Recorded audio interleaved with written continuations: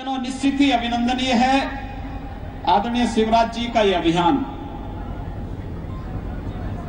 आप देखेंगे जब हम कोई भी सनातन हिंदू धर्मावलंबी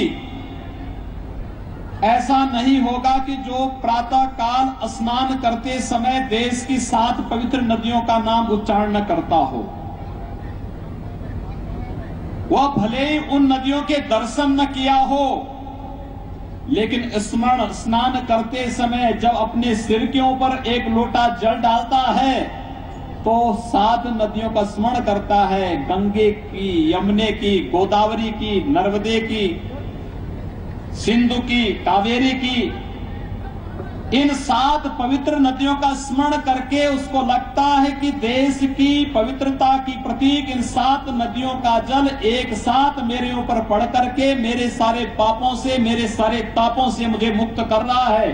और वह पवित्र कार्य आप सब नर्मदा के तट पर बसने वाले वासियों के लिए तो सौभाग्य की बात है कि मां नर्मदा का आशीर्वाद आपको सदैव प्राप्त हो रहा है। इस तट पर बसने का सौभाग्य आपको प्राप्त हुआ है और इसके नजदीक के साथ इस दुनिया की सबसे बड़े नदी संरक्षण योजना के साथ आपके यशस्वी मुख्यमंत्री ने आपको जोड़ा है। इसके लिए आप सबका भी मैं अभिनंदन करता हूं।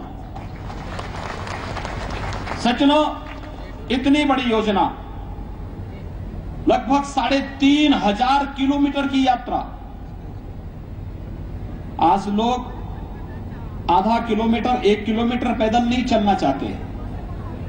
44 स्थानों पर स्वयं मुख्यमंत्री उपस्थित होकर के किसी योजना को सफल बना रहे हो, आप उसके महत्व को जान सकते होंगे।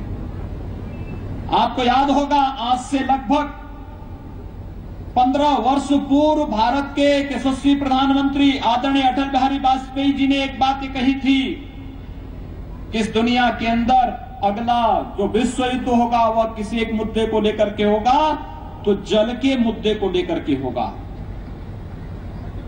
हमने जल को जीवन का आधार माना है। दुनिया की जितनी प्राचीन सभ्यताएं हैं वे किसी न किसी नदी के तट पर पनपी हैं।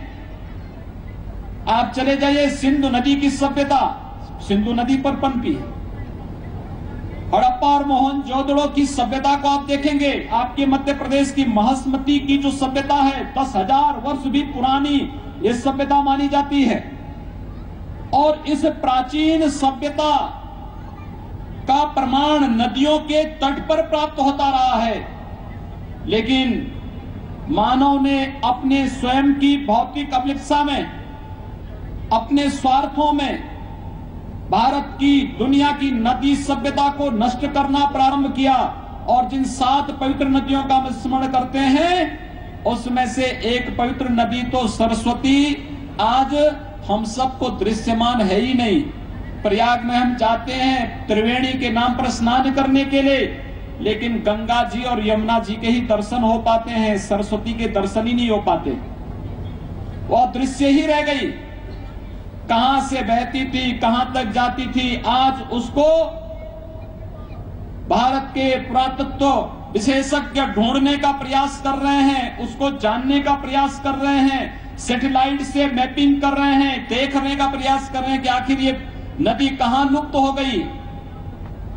और यही कारण है कि जिनमें दूरदर्शिता है, जिन्होंने आने वाले समय की, आने वाली पीढ़ी की चिंता की, उस चिंता का प्रमाण है एक तरफ दिल्ली में बैठ करके देश की उस सबसे बड़ी नदी सभ्यता को बचाने के लिए नमामि गंगे परियोजना के लिए भारत के माननीय प्रधानमंत्री जी के द्वारा पूरी ताकत लगाई जाती है। और दूसरी तरफ मध्य प्रदेश में, मध्य प्रदेश की पहचान इस नर्मदा नदी को बचाने के लिए, इसके संरक्षण के लिए आपके यशस्वी मुख्यमंत्री जी के द्वारा यह अभियान यहां प्रारंभ किया गया है। और स्वयं इन यात्राओं में शामिल होकर के कितना जन सैलाब उमड़ता हुआ दिखाई दे रहा है।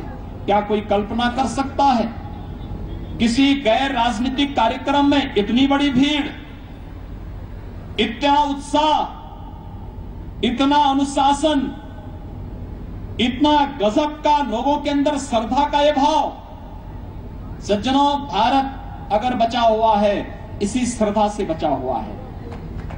भारत की पहचान यही आस्था है, जिसने हमें भले देश के अंदर अलग अलग रूपों में, हमारी जातियां अलग हैं, हमारे प्रांत अलग हैं, हमारे खान पान अलग हैं, हमारा रहन सहन, हमारे तमाम प्रकार की परंपराएं, वेशभूषा सब कुछ अलग अलग है, लेकिन हमारी सबकी आस्था एक है, उत्तर से लेकर दक्षिण तक, पूरब से लेकर के पश्चिम तक। और इस आस्था ने भारत को भारत बनाया है। और यही आस्था केरल से एक सन्यासी को 4 पीठों की स्थापना करने के लिए देश के 4 कोनों में, उस कालखंड में जब भले ही भारत सांस्कृतिक रूप से एक रहा हो, लेकिन राजनीतिक रूप से अलग अलग इकाइयां रही हो, उस कालखंड में भी भारत के अंदर अगर आदि शंकराचार्य ने 4 पीठों की स्थापना की, तो उसके पीछे ये आस्था थी, जो आस्था जहां उमड़ती हुई दिखाई दे रही है। और इसीलिए आप सचमुच अभिनंदन के पात्र हैं। मैं धन्यवाद दूंगा आदरणीय शिवराज जी का, जिनके मन में ये परिकल्पना आई कि हमें अपने मध्य प्रदेश की जीवन रेखा मां नर्मदा के संरक्षण के लिए कुछ करना चाहिए। और फिर इस परिकल्पना को साकार करने के लिए वे स्वयं मैदान में निकल गए। और आज ये यात्रा 110 दिन पूरा करते हुए आगे बढ़ रही है। और 15 मई को आदरणीय प्रधानमंत्री जी के द्वारा आप सबको जो मार्गदर्शन प्राप्त होगा, उसके साथ कार्यक्रम का, यात्रा का तो समापन होगा, लेकिन जल संरक्षण की एक बृहद योजना के साथ मध्य प्रदेश आगे बढ़ता हुआ दिखाई देगा। सज्जनों, जब मैं मध्य प्रदेश की बात करता हूं, आज से 12 साल पहले मध्य प्रदेश की स्थिति क्या थी? तब देश के सबसे पिछड़े और सबसे बीमारू प्रदेश में मध्य प्रदेश की गिनती होती थी। तब मध्य प्रदेश देश के एक बीमार प्रदेश के रूप में, सबसे गरीब प्रदेश के रूप में, सबसे कमजोर कृषि उत्पादन के क्षेत्र में इसकी तुलना होती थी। और आज जब मैं आपके मध्य प्रदेश में आ रहा था, मैं देख रहा था कि गेहूं उत्पादन में क्या स्थिति है। मैं बधाई दूंगा आपको कि देश के अंदर सर्वाधिक गेहूं का उत्पादन मध्य प्रदेश ने किया है। कृषि उत्पादन के क्षेत्र में आज अग्रणी प्रदेश मध्य प्रदेश बन गया है। देश के अंदर प्रति व्यक्ति आय को आगे बढ़ाने में मध्य प्रदेश अग्रणी आ गया है।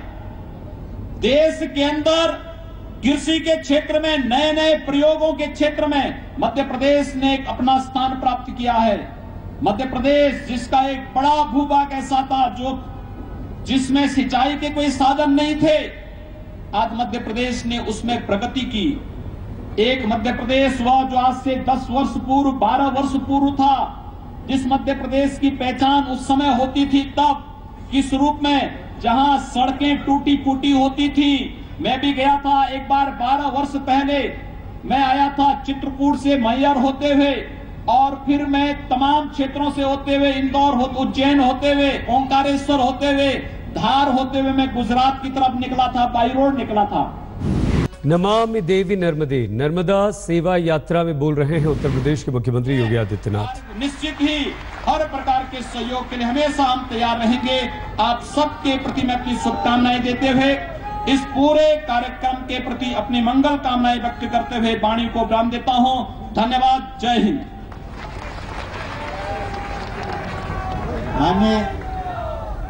मध्य प्रदेश की 7.5